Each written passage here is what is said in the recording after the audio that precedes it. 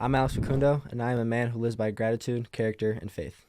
Alex Facundo. What's crazy is right now I'm looking at you, and if I put a fro on you, I think you're Levi, right? You can actually Really? be. You You have a think little so? Levi in there. Yeah, there's a little bit. If I just put more hair around there, Yeah. right? Am I the only one on that? Anyway, just a little bit. So before I start, I got to ask you, how'd you get the Kujo? How did that nickname come about? It's kind of funny. Actually, it's not that funny, but nah, we were just in my freshman year. I knew no one coming in here, right? So like, unlike all the other schools I was looking at, like I knew people, but coming to Penn State, I knew no one. And so we're all in like our summer dorms, and it's me, like Sean Wang, Lucas Cochran, Gary Steen, Shane Van Ness, and so like I'm just trying to find like topics of kind of conversation, and I'm a big movie watcher, and so just like out of the blue, like about twice a week, I would ask like, "You guys ever seen the movie Kujo?" And then they're like, "No, no," and then I'm like, "Oh, okay, well it's about a killer dog." And then later, everyone's like, I'm kind of getting tired of calling Alex Facundo. Like, we should probably, like, shorten it up, like, Kundo or something. And I'm like, no. And then Sean's like, how about Kujo? And I'm like, I could do that. Right. And then a little bit later, it kind of grew on me. And then one day, Sean was, like, talking to me or talking about me. And he was like, yeah, Alex did this. And, like, I stopped him right away. And I was like, it's Kujo. And then ever since then, it just That's it. started picking up. Yeah. That's great. Yeah, I'm always looking for a great nickname. That's a great one. Cujo's a Oh, great thank you. one. Yeah, and there's Yeah. a good backstory on that one too. So, hopping into the program stuff, character's obviously a big part of our program. And so for you, is there anyone growing up, coach, mentor, parent, whoever, who influenced your character? I really can't pinpoint like a specific person because everybody that has come through my life and some that are still in my life right now have all had their unique influence on me and impact me in a special way. But when it comes down to it, it has to be my parents. Just seeing how they raised us, me, and my brother, and seeing what they had to go through and like what they are still going through right now.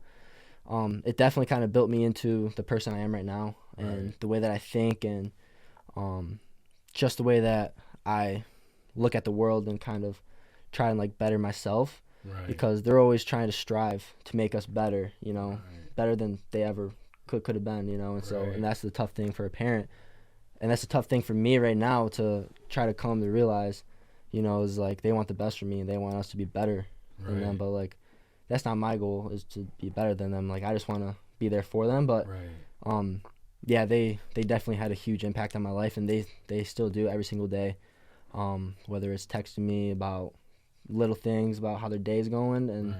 kind of gets me like, okay, like I got to start caring more and like, talking to the other people that I've been distant to, or whether it's in wrestling, right? Whether my dad's texting me all day, he's like, I'll text him like, "What's up, Dad?" He's like, "Finish your single legs." I'm like, okay. I mean, that's the conversation right there. Right. So, yeah. That's great. Well, I like how you even started with that too. Like you take something from everybody's come through your life, right? Yeah, yeah. And I think, one of the big things we talk about in our program is intentionality. So you have to be intentional, pay attention to the people around you, what your parents think is important, what this person came through. And like, I think that's great that you're always locked into those people because, you pull that in and that becomes who you are. Yeah. Is the people you surround yourself with and those important pieces.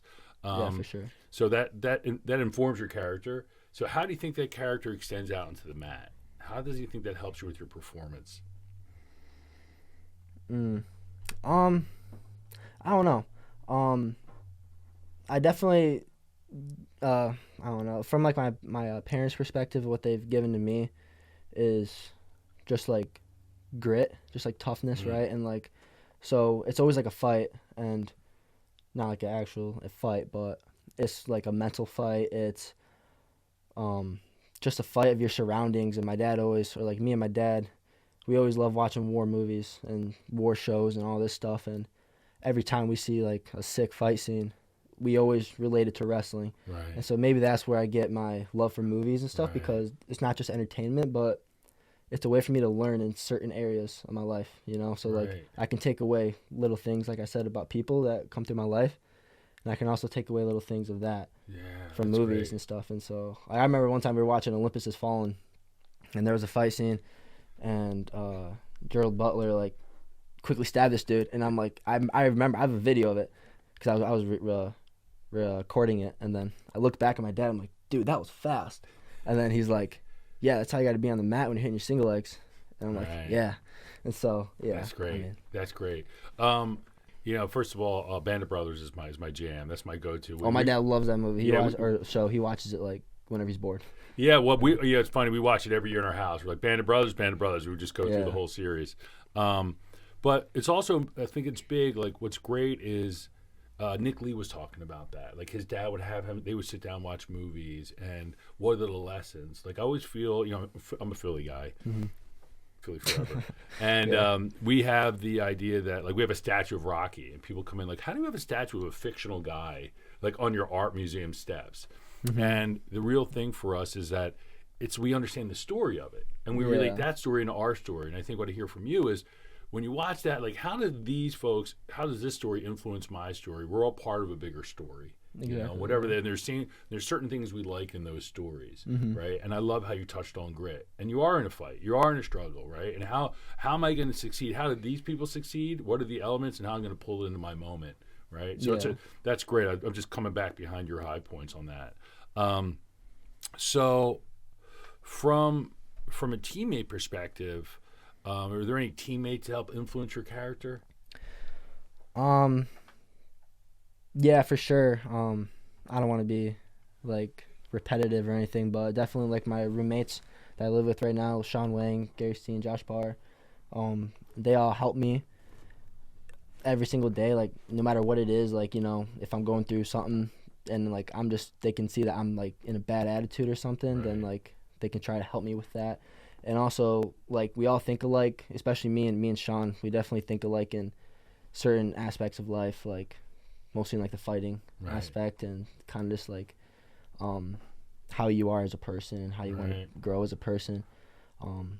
They have definitely helped me. And then also one other teammate that I'm not like super close with, where like I hang out with at all, but Aaron Brooks, like, I don't know, I kind of look up to him a lot, not just because of he's a good wrestler, but of how like devoted he is to his faith and and everything. And I remember when I was going through a little rough patch in the middle of our season this past year, I texted him and I was like, hey, like I need help with like my faith and stuff. And he like talked to me, he sent me videos to watch, and I watched those videos. I started listening to music about Jesus, and then that's when we had the Michigan match, and that was probably my favorite match of the whole year.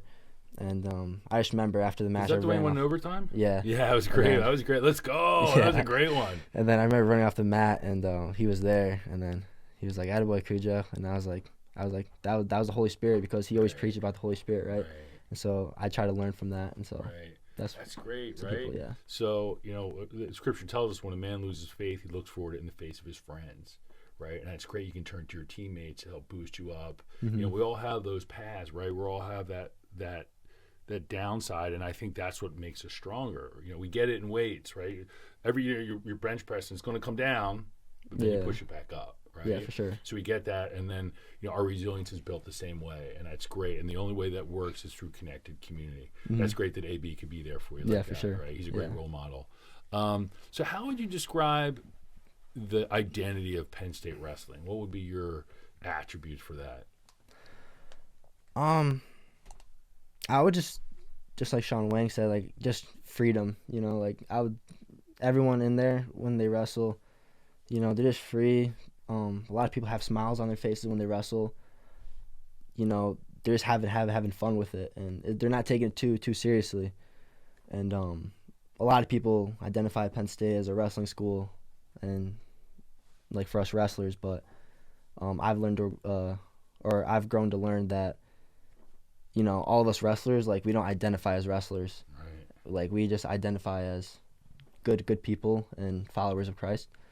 And that's one thing that I struggled with coming in, because my whole life, like, it's just wrestling. Like, I'm a wrestler, and I'm gonna get out of wherever I was at, living. And then I get out of there, and then I try to have that same attitude coming into like college and trying to wrestle like that. And then if I identify as a wrestler and things don't go my way, then I don't have anything, right? but that's not the case, right? Right. Because it's just a wrestling match. And then after the wrestling match, I'm going to go home. I'm going to talk to my family who I love. Right. And I have people who care for me, and those are the only people that matter. Right. And so that's one thing I would take away from Penn State is, like, we don't identify as wrestlers. Right. That's a great attitude, right? That's Yeah. it's a great view on life, right? I'm not, we would talk a lot before with firefighters, like, you're not your job. Mm-hmm. You're more than that. Yeah. And that way you're never defined by that one thing. That's a great attitude to have. So what brought you to Penn State? Why not Michigan State, a hometown guy like that coming to Penn State? How'd you end up here? It's actually it's interesting to me because I kind of started getting recruited really, really early, by like Michigan because I was training at the RTC, like Arizona State because one of the coaches were on my world team and I was a freshman as a coach. And then, I don't know, I had ties to Nebraska because of my club coach, Paul Donahoe, and then just other schools, right? And so, Penn State never really came to me until my sophomore year. Well, I think that's when everyone came, but, they didn't really talk to me or anything. And I just remember we had this one duel, and it was a pointless duel, right?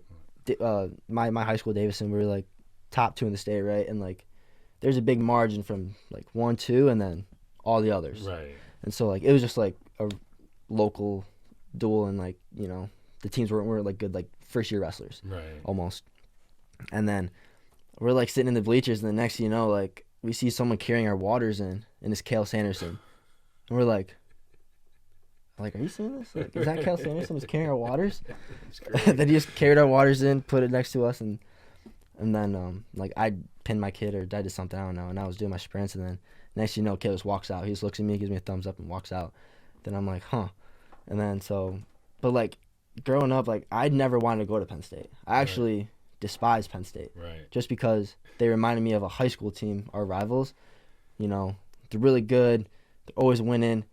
And they seem cocky. They seem all this. And I'm like, yeah, I don't want to be with them. I want to be the guys that beat them. And then I remember I did all my visits and everything. And then one day at practice, I got really mad at my team just because how they were and how they were taking things. They weren't taking it serious. They weren't trying to get better or anything. And I was driving home, and then I'm just thinking, and then I call my dad. I'm like, hey, I think I want to go to Penn State. And then he's like, all right. And then I just texted coaches that night. I'm like, hey, I'm going to come here. That's great. Yeah. And then that's great. Let's I go. don't think I don't regret it at all because it's the best decision I made. Right. And thanks for going to Penn Thank State. you. Yeah, Yes, for sir. sure, for Yes, sure. sir. Yeah. Then the important thing was I never seen anyone come to Penn State and not grow. Right. Whether they're winning national titles or not, there's always a area of growth that people can achieve, and that's just something that I saw in Penn State, right? And so yeah. That's fantastic.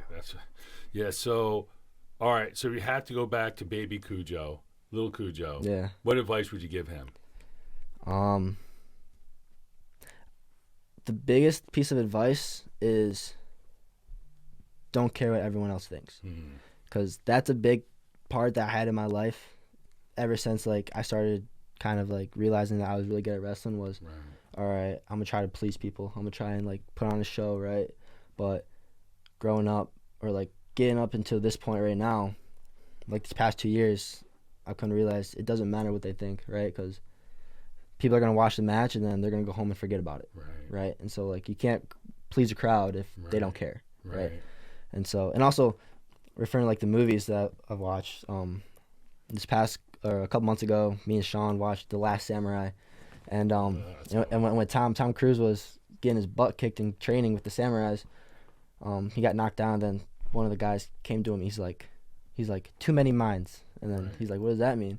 He's like, his mind, that mind. He's just focusing on everybody else, and what they think and what they are trying to impress. But really, doesn't matter. Too many minds. Get rid of them. It's just your mind. Right. And I was like, huh. And so that movie kind of really gave me that life lesson right there too. Right. That's good. Again, the stories were tied into bigger stories, and what can I take from that story into my story? Yeah. And the big thing we talk about in our program is what we want to avoid. What gets us out of the moment is internal narratives. What I'm saying about myself the external narratives and the event. So what's other people saying, like, doesn't matter what they're saying. Yeah, I don't want that to be in my head. So I got to focus and be intentional in my moment. So how do you think what we're doing here with gratitude, character, and faith, and this idea of connected community, why do you think that's important for a kid or a young athlete? I think it's really important for younger athletes in the younger generation because nowadays I don't think too many kids or kids growing up, they don't have like the right resources, like giving them like, or like really talking about how to grow their faith and how to live in gratitude. Because if you don't live in gratitude, then you can't really be happy, because you can't really point out what you're grateful for. And I feel like, just from what I'm seeing, just from kids back home in my club, like, is that kids aren't that grateful. And I think if they just switch that, then they can be a lot happier in where they're at in life right now. And, you know, if kids keep on growing their faith, then, you know, they can do anything, right? Like, faith can move mountains. Yeah, and so, like, that's just one thing I think for this program. That's great. So, you know, I want to come back to one more thing, is actually gratitude. So how would you define your gratitude? Or where does it come from? Where does your gratitude come from? Can you elaborate a little bit more on that? Sure. Your gratitude for Sean, your roommates. Is it your teammates? Is it your God? Is it all the above? Is it your family? Oh, yeah. My gratitude, I think, comes from anything that I love, right? Like, I love my roommates. I'm super grateful for them, because the things that, you know, like, I'm not able to see, they're able to see. And, like, things that I'm not able to help myself with, they can help me with. And, like, I'm super grateful for my family, my mom, my dad, my brother, just for raising me up in hard times, right? Like, every time me and my brother have to wrestle in the basement, and we get into fights, and my dad's just watching us get into fights and letting us fight and then smacking us after. And, you know, my mom going through what she's gone through and seeing how she's, you know, handled things, and just seeing the fight in her. Like, I'm super grateful that she's still here. And, you know, I'm just grateful for wrestling and grateful for the gifts that God has given me. And one thing that I've learned is that these aren't just gifts that he's given me, but these are gifts that he's given me to spread the word of him, you know, to, like, express his love for everyone. Yeah, that's great. Alex Facundo, Kujo. Yeah. Thanks for being a road warrior. Thanks for being on the road, brother. I appreciate you. No problem.